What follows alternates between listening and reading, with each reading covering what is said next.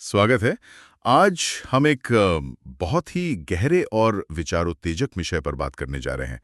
हमारे सामने है नील डोनाल्ड वॉल्श की किताब कॉन्वर्सेशंस विद गॉड बुक 3 और उसका 11वां अध्याय। जी। यह अध्याय, जैसा इस किताब का अंदाज है, एक संवाद है, लेखक और ईश्वर के बीच सीधी बातचीत, और इसमें जीवन, आत्मा, ईश्वर की प्रकृति और हाँ, हमारी अपनी स्वतंत्र इच्छा जैसे बड़े बुनियादी सवालों को छुआ गया है। बिल्कुल, ये वो सवाल हैं जो मुझे लगता है कहीं ना कहीं हम सबको कभी ना कभी कुरेदते हैं। बिल्कुल, और इस चर्चा का हमारा मकसद यही है कि इन स्रोतों में दिए गए जो विशिष्ट विचार हैं उनको समझें, उनको खोलें, खासकर जैसे जीवन की शुरुआत कैसे होती है, आत्मा का शरीर से रिश्ता क्या है और हमारे जो चुनाव हैं उनके पीछे के गहरे मायने क्या हो सकते हैं, इस पर स्रोत क्या कहता है। लेखक यहाँ एक ऐसा नजरिया पेश करते हैं जो हमारी आम सोच को, मतलब पारंपरिक धारणाओं को काफी हद तक चुनौती देता है और हाँ, शायद कुछ लोगों को असहज भी कर सकता है। हाँ, ये तो है, निश्चित रूप से सोचने पर मजबूर करने वाला है। तो चलिए फिर इन विचारों की परतों को खोलते हैं, देखते हैं यह अध्याय हमें कहाँ ले जाता है। अध्याय की शुरुआत ही एक बहुत ही मूलभूत सवाल से होती है। आत्मा शरीर में कब प्रवेश करती है? जब भी जीवन की शुरुआत पर बहस होती है ना, तो यही सवाल अक्सर केंद्र में आ जाता है। सही कहा, लेकिन स्रोत यहाँ एकदम अलग तस्वीर पेश करता है। उसके अनुसार आत्मा शरीर में अप्रवेश नहीं करती। ये भाषा ही, वो कहते हैं, भ्रामक है। बल्कि स्रोत कहता है कि शरीर आत्मा द्वारा घिरा हुआ है, मतलब एनवेलप्ड है, जैसे कोई चीज किसी ऊर्जा क्षेत्र के अंदर हो। और इससे भी आगे बढ़कर स्रोत ये कहता है कि जीवन का न कोई आरंभ है न कोई अंत। जीवन बस फैलता रहता है, अपना विस्तार करता है, लगातार नए रूप बनाता रहता है। ये एक सतत अंतहीन प्रक्रिया है। गिरा हुआ है, अच्छा है। ये सोचने का एक बिल्कुल अलग तरीका है, और इसे समझाने के लिए स्रोत में 60 के दशक के उन लावा लैम्प्स का एक बड़ा ही दिलचस्प उदाहरण दिया गया है। मुझे याद है वो लैम्प्स, धीमी गति से बदलते हुए रंगीन गोले, जैसे लैंप में वही मोम जैसा पदार्थ होता है ना, वो गर्म होकर पिघलता है, अलग अलग आकार के बुलबुले या गोले बनाता है, ऊपर उठता है, फिर शायद दूसरे गोलों से मिल जाता है, फिर ठंडा होकर नीचे आता है। देखने में लगता है कि अरे ये नए गोले कहाँ से आ रहे हैं, पर होता तो वही पदार्थ है, बस उसका रूप बदलता रहता है। बिल्कुल बिल्कुल सटीक रूपक है ये। स्रोत कहता है कि आत्माओं के साथ भी ठीक ऐसा ही है। एक ही परम आत्मा है जिसे स्रोत द वन सोल कहता है, जो वास्तव में सब कुछ है, मतलब संपूर्ण अस्तित्व। और वो एक आत्मा ही खुद को अपने अनगिनत छोटे छोटे हिस्सों में या कहें अनुभवों में लगातार पुनर्गठित करती रहती है। तो कोई नई आत्मा जन्म नहीं लेती, बस उसी एक तत्व के, उसी एक ऊर्जा के अलग अलग रूप हैं, अलग अलग अभिव्यक्तियां हैं, जो हमेशा से मौजूद था, हमेशा से है और हमेशा रहेगा। तो अगर ये रूपक सही है, इसका मतलब हुआ कि जिसे हम मृत्यु कहते हैं वो असल में है ही नहीं। सब कुछ हमेशा जीवित है, बस अलग अलग अवस्थाओं में। ये तो बहुत बड़ा दावा है। स्रोत के अनुसार हाँ, यह बिल्कुल यही कह रहा है। मृत्यु या मृत जैसी कोई परम अवस्था है ही नहीं। जिसे स्रोत कहता है that which is always alive, यानी वो जो हमेशा जीवित है, वह बस खुद को एक नए रूप में ढाल लेता है, शायद एक नए भौतिक रूप में या किसी और अवस्था में। और वो रूप हमेशा जीवन ऊर्जा से भरा रहता है, और इसी जीवन ऊर्जा को ही स्रोत ईश्वर कहता है। तो अगर जीवन ऊर्जा हमेशा मौजूद है, ये कभी खत्म नहीं होती, तो तार्किक रूप से ये शुरू कैसे हो सकती है भला? ये तो बस है, हमेशा से। ये हमेशा से होने का विचार ही अपने आप में कितना गहरा है।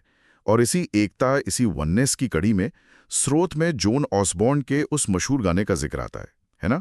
What if God was one of us, just a slob like one of us. स्रोत कहता है कि ये गाना सच के बहुत करीब था।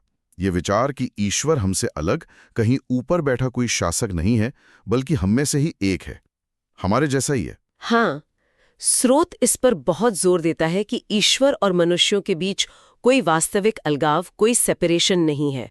और यहाँ एक दिलचस्प मनोवैज्ञानिक नुक्ता भी उठाया गया है।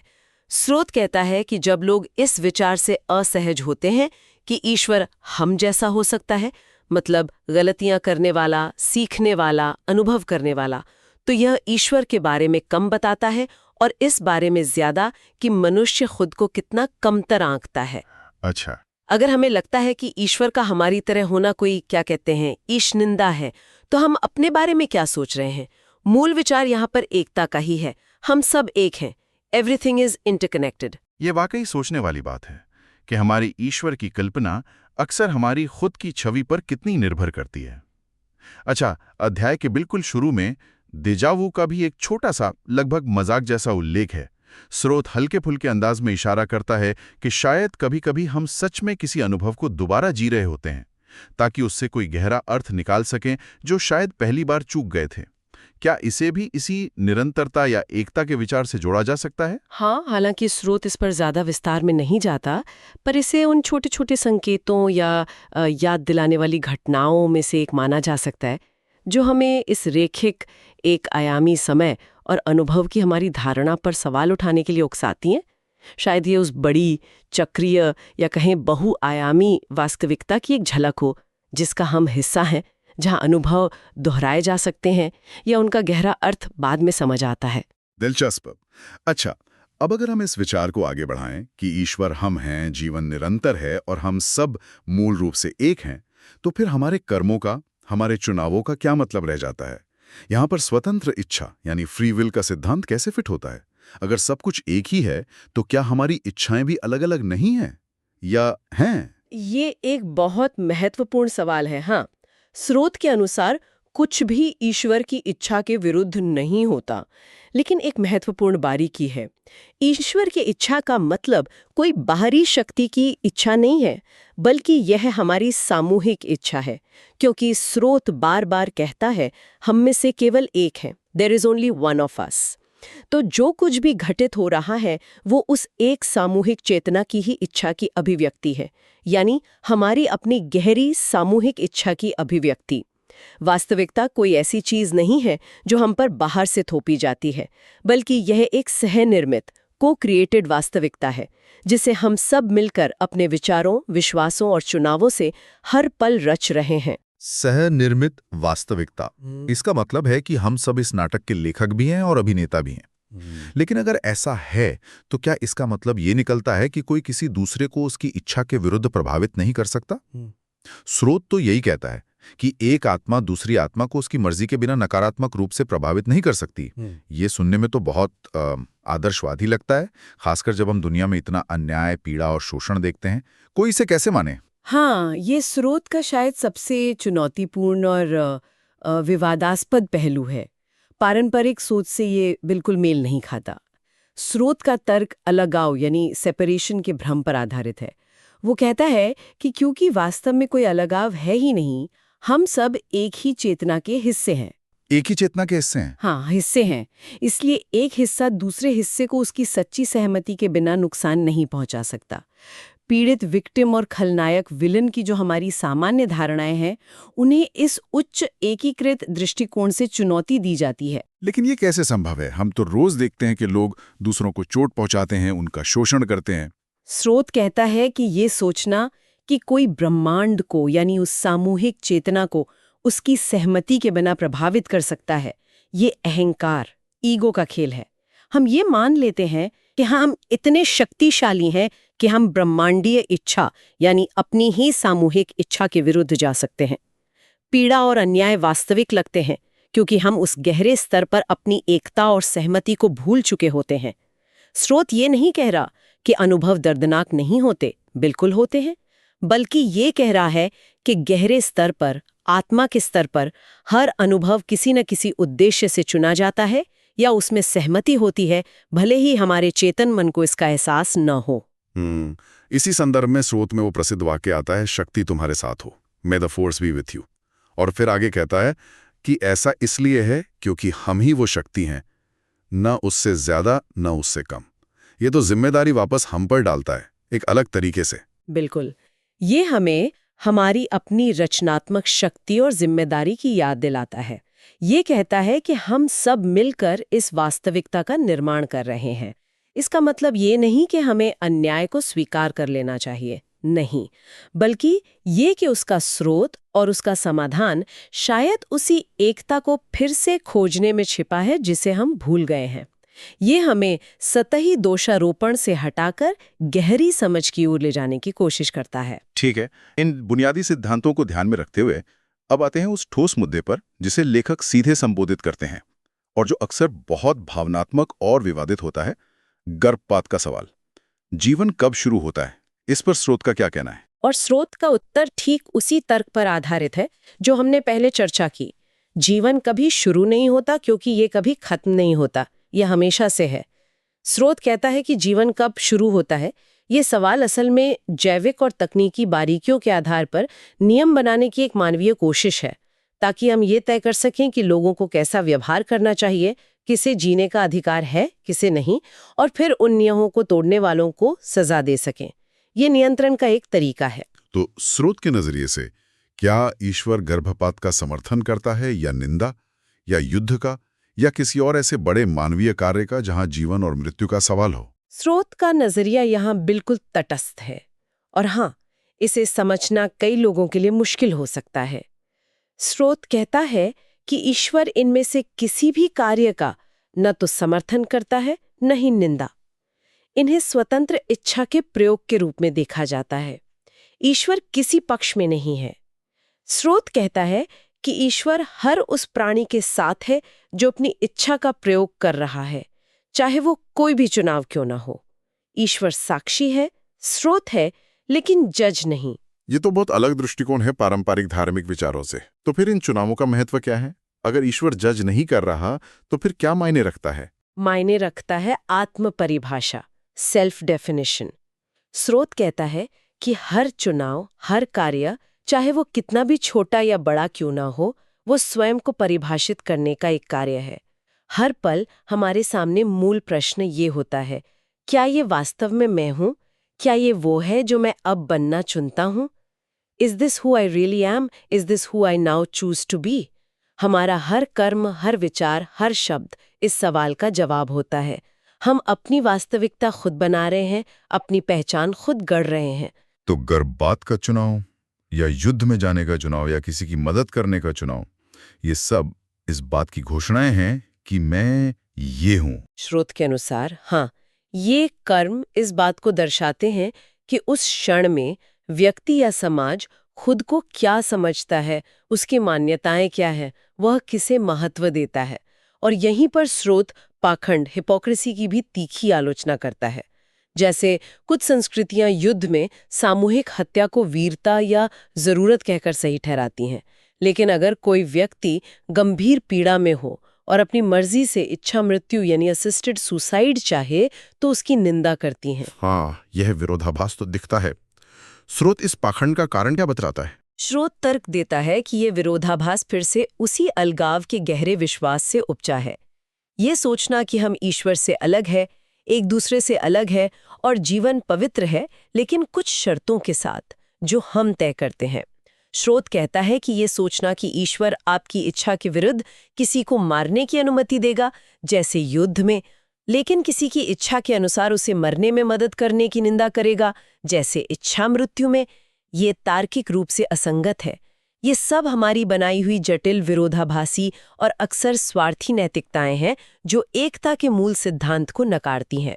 तो अगर पारंपरिक सही और गलत के पैमाने यहाँ लागू नहीं होते, तो फिर हमारे चुनावों का आधार क्या होना चाहिए? हम कैसे तय करें कि क्या करना है? स्रोत चुनावों को विकास, एवोल्यूशन के प्रक्रिया से जोड़ता है, आत्मा का विकास।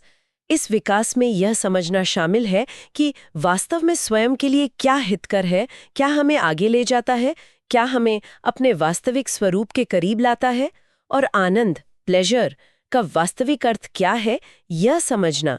स्रोत एक दिलचस्प बात कहता है, आप किसी व्यक्ति या समाज के विकास के स्तर को इस बात से जान सकते हैं कि वो किसे आनंद कहता है या क्या चीज उसे सर्व्स करती है, यानी उसके अनुसार उसके हित में है। इसका मतलब जैसे जैसे हम या हमारा समाज विकसित होता है, हमारी आनंद और हित की परिभाषा बदलती जाती है। जो चीज आज हमें आनंद देती है या हमारे हित में लगती है, शायद कल ना लगे। बिल्कुल। स्रोत इसे एक उदाहरण से समझाता है। मान लीजिए, अगर आपको लगता है कि किसी और पर हमला करना या किसी चीज को नष्ट करना आपके हित में है, सर्व्स यू, तो आप शायद वो करेंगे। लेकिन जैसे जैसे आपकी चेतना विकसित होती है, आपकी यह समझ बदलती है कि वास्तव में आपके हित में क्या है। आपकी आनंद की परिभाषा बदलती है। यह इस पर निर्भर करता है कि आप जीवन में करने की कोशिश क्या कर रहे हैं। स्रोत उदाहरण देता है, अगर आप सिएटल जाने की कोशिश कर रहे हैं तो सैन होजे की ओर जाने वाली बस पकड़ना आपके हित में नहीं है। सैन होजे जाना नैतिक रूप से गलत नहीं है, वो भी एक जगह है, लेकिन वो आपको आपके चुने हुए लक्ष्य सिएटल तक नहीं पहुंचाएगा। इसलिए आप क्या करने की कोशिश कर रहे हैं, आप कौन बनना चुन रहे हैं, यह सवाल सबसे महत्वपूर्ण हो जाता है। ये क्या करने की कोशिश कर रहे हैं वाला सवाल वाकई सोचने लायक है। ये हमारे इरादों पर ध्यान केंद्रित करता है और यहीं पर स्रोत उन अत्यधिक विकसित संस्कृतियों या सभ्यताओं की अवधारणा प्रस्तुत करता है। ये कौन है? स्रोत के अनुसार ये ऐसी सभ्यताएं हैं जहां प्राणी ईश्वर के साथ और एक दूसरे के साथ अपनी मौलिक एकता को पूरी तरह समझते और जीते हैं। वे जानते हैं कि कोई अलगाव नहीं है। वे सचेत रूप से इस समझ के साथ जीते हैं कि वे सब एक ही समग्रता, द होल के व्यक्तिगत अनुभव जी रहे हैं, एक ही महासागर की लहरें हैं। और हमारी संस्कृति से उनका मुख्य अंतर क्या है स्रोत के अनुसार? मुख्य अंतर यही जागरूकता है। स्रोत हमारी वर्तमान संस्कृति को एक बच्चा संस्कृति, एक प्रिमिटिव कल्चर कहता है, क्योंकि हम अभी भी अलगाव के भ्रम में जी रहे हैं। हम सोचते हैं कि हम ईश्वर से अलग हैं, एक दूसरे से अलग हैं, प्रकृति से अलग हैं। उन विकसित संस्कृतियों में यह भ्रम टूट चुका होता है। वे इस बात को लेकर पूरी तरह स्पष्ट है कि वे और ईश्वर एक हैं और वे एक दूसरे से भी अलग नहीं हैं। उनके कार्य, उनके समाज, उनके रिश्ते इसी गहरी एकता की समझ पर आधारित होते हैं। वे जानते हैं कि जो वे दूसरे के साथ करते हैं वो वास्तव में अपने साथ ही कर रहे होते हैं। ये एक बहुत ऊंची अवस्था लगती है। तो इस पूरे अध्याय से गुजरते हुए हमने कुछ वाकई गहरे और शायद झकझोरने वाले विचारों को छुआ है, जैसे जीवन और आत्मा की शाश्वत निरंतर प्रकृति, कि वो कभी शुरू या खत्म नहीं होते, बस रूप बदलते हैं, जैसे वो लावा लैंप का मोम। ईश्वर के साथ और एक दूसरे के साथ सभी की मौलिक एकता का विचार कि हम सब एक हैं। ये नजरिया कि वास्तविकता हमारे द्वारा सहनिर्मित है, हम सब मिलकर इसे रच रहे हैं, और सबसे महत्वपूर्ण, कैसे हमारे हर कार्य, हर चुनाव, बड़े और छोटे, स्वयं को परिभाषित करने का एक शक्तिशाली जरिया है, ये बताने का कि हम कौन हैं। हर चुनाव के लिए प्रस्तुत करता है। क्या ये वास्तव में मैं हूँ? क्या ये वह है जिसे मैं अब बनना चुनता हूँ? ये सवाल हमें सतही प्रतिक्रियाओं से हटाकर अपने हर कार्य के पीछे की गहरी मंशा पर, अपनी असली पहचान पर और हम दुनिया में क्या ऊर्जा भेज रहे हैं, इस पर गहराई से सोचने के लिए मजबूर करता है। ये सिर्फ गर्भपात या युद्ध जैसे बड़े फैसलों के लिए नहीं है, बल्कि हमारे रोजमर्रा के छोटे छोटे चुनावों, हमारे शब्दों, हमारे व्यवहार, सबके लिए प्रासंगिक है। सच में ये एक ऐसा सवाल है जो हमारे जीवन जीने के तरीके को बदल सकता है। तो यहाँ हम अपने श्रोताओं के लिए एक विचार छोड़ जाते हैं जिस पर वे मनन कर सकते हैं। अगर स्रोत सही है और हर पल, हर चुनाव सचमुच हमारी अपनी परिभाषा गढ़ रहा है, हमारे अस्तित्व की कहानी लिख रहा है, तो हम जाने अनजाने में अपनी कैसी कहानी लिख रहे हैं? हम इस सह निर्मित वास्तविकता में अपना क्या योगदान दे रहे हैं? क्या हम वो बन रहे हैं जो हम वास्तव में बनना चाहते हैं? अगली बार तक इन गहराइयों में उतरते रहिए।